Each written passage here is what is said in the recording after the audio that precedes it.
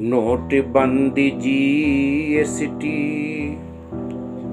इन सब से बच भी जाओगे। नोटबंदी, जीएसटी, इन सब से बच भी जाओगे। तुमको इन जवानों की, तुमको इन जवानों की हाय लेके डूबेगी। तुमको इन जवान की हाय लेके डूबेगी। जी हाँ साथियों, आपने सही सुना। मैं हूँ Meem Kaaf Barkati, member press council of India, Aminpur, Hyderabad. बिरादराने वतन, इस वक्त मुल्के वतन अजीज हिंदुस्तान पूरब से लेकर पश्चिम तक, उत्तर से लेकर दक्षिण तक आग के शोले में तैर रहा है। जी हाँ साथियों, और ये शोला किसी दुश्मन मुल्क ने नहीं लगाई है, न लगाई है, बल्कि मौजूदा भारतीय जनता पार्टी मोदी सरकार की जानिब से एक नया कानून अमल में लाई जाएगी, जिसके जरिए से सिर्फ 4 साल के लिए ठेके पर फौजों की बहाली होगी।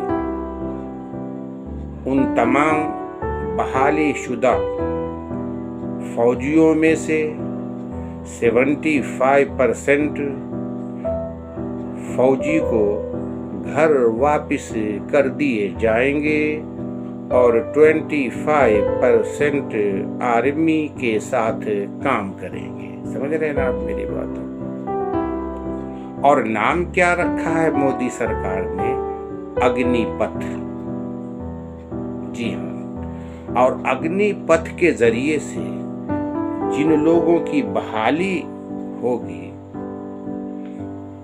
75% 4 साल के बाद जब वो अपने अपने गांव की जानिब आएंगे तो उन्हें एक तमगा दी जाएगी, जिसका नाम है अग्निवीर। वीर के माने आप समझते ही हैं, बहादुर को कहते हैं। यानी बहादुरी का सर्टिफिकेट देकर गांव की तरफ उनको 15-16 लाख रुपए देकर सरकार भेज देगी।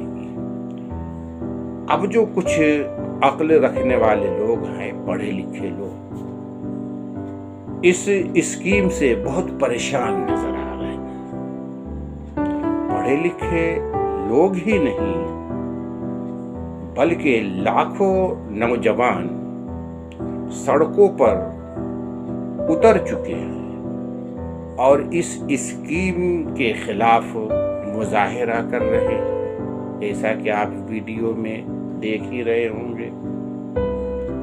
ट्रेनों को जला दी जा रही है, प्लेटफार्म को तोड़ फोड़, बहुत नुकसानात ये बेरोजगार नौजवानों की तरफ से की जा रही है, जिसका मैं सख्ती से मजम्मत करता हूँ।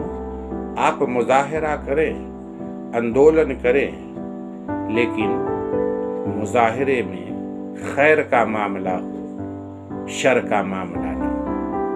आप गांधी के देश में रहते हैं, हिंसा से बचना है और अहिंसा से अपने मुतालिबात को तकमील के लिए लड़ना है। समझ रहे हैं ना आप मेरे बात?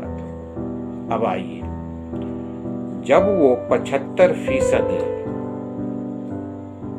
फौजी अपने अपने गांव में आएंगे, जिनको तोप चलाना आ गया, बंदूक चलाना आ गया, पिस्टन चलाना आ गया, रिवॉल्वर चलाना सीख गए, सब सीख के आएंगे ना। अब वो घर पे आ गए, अब उन्होंने करेंगे क्या? इस पर हम जैसे लोगों को तशवीश हो रही है, क्योंकि हम लोगों का ताल्लुक गांव खेड़े से है। देख रहा हूं कि गांव खेड़े में आज भी वीर लोग घूम रहे हैं। और जब वो सरकारी वीर बनकर हर मामलात को, हर पिस्तौल को सीख कर चलाना सीख कर आएंगे तो दादागिरी तो कंपलसरी करेंगे। होटल में जाएंगे, चाय समोसा खाएंगे, हिसाब देते वक्त जब होटल वाला पैसे पूछेगा तो बोलेगा मैं अग्निवीर हूँ, सरकारी अग्निवीर हूँ। लड़ाई होगी। पान गुटखा फ्री में खा लेंगे, ठीक है ना। दूध वाले भाई साहब का हिसाब नहीं करेंगे, है ना। ऑटो पे मुफ्त सवारी करने की कोशिश करेंगे। जब वो गरीब ऑटो वाले, गरीब पान शॉप वाले, गरीब होटल वाले इनसे पैसा तलब करेंगे तो चूंकि ये वीर हैं, बहादुर हैं, पहलवान है, फिर सरकारी पहलवान है, लड़ना शुरू कर देंगे। तो अब आपसे ये जानना चाहता हूँ कि दहशत तो फैलेगी, आपस में टकराव बढ़ेगी। इसलिए हम जैसे लोग और आप जैसे समझदार लोग तशवीश में है कि ये सरकारी इसकी बात को फौरन वापिस ले लेनी चाहिए। आप मेरी बातों को अच्छी तरह समझ गए होंगे। अब आइए तीसरी बात कहते हैं। ये लाखों की तादाद में नौजवान सड़कों पर क्यों हैं? गाड़ियों को तोड़ फोड़ कर रहे हैं, ट्रेनों को जला रहे हैं, प्लेटफार्म को तोड़ रहे हैं, जला रहे हैं, गोलियां खा रहे हैं, मर भी रहे हैं। आखिर वजह क्या है? वजह ये है कि ये नौजवान पिछले 6 साल से मेहनत कर रहे हैं फौज में भर्ती के लिए।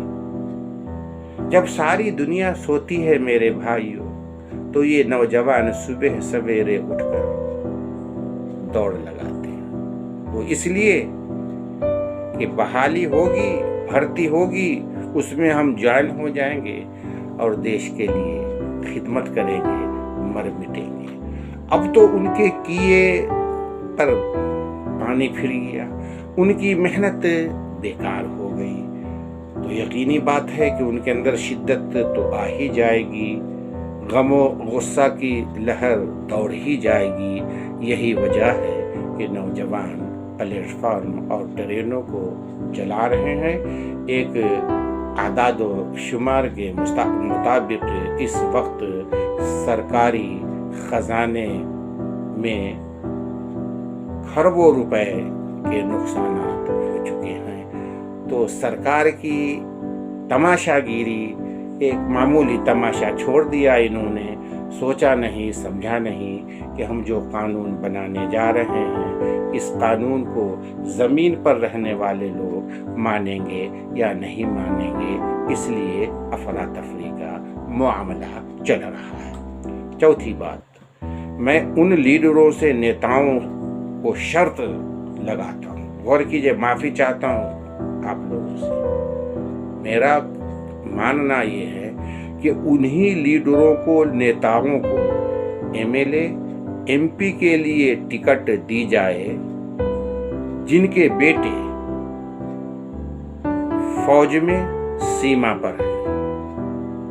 गलत तो नहीं बोल रहा हूँ। या तो जिस तरीके से आप इन नौजवानों को 4 साल के लिए बहाली दे रहे हैं, क्यों ना शर्त लगा दी जाए कि वही नेता एमएलए एमपी के इलेक्शन में खड़े हो सकते हैं जो पहले 4 साल फौज में बहाली हो जाए और वो बॉर्डर पे जाके कुछ मजा चख करके आए।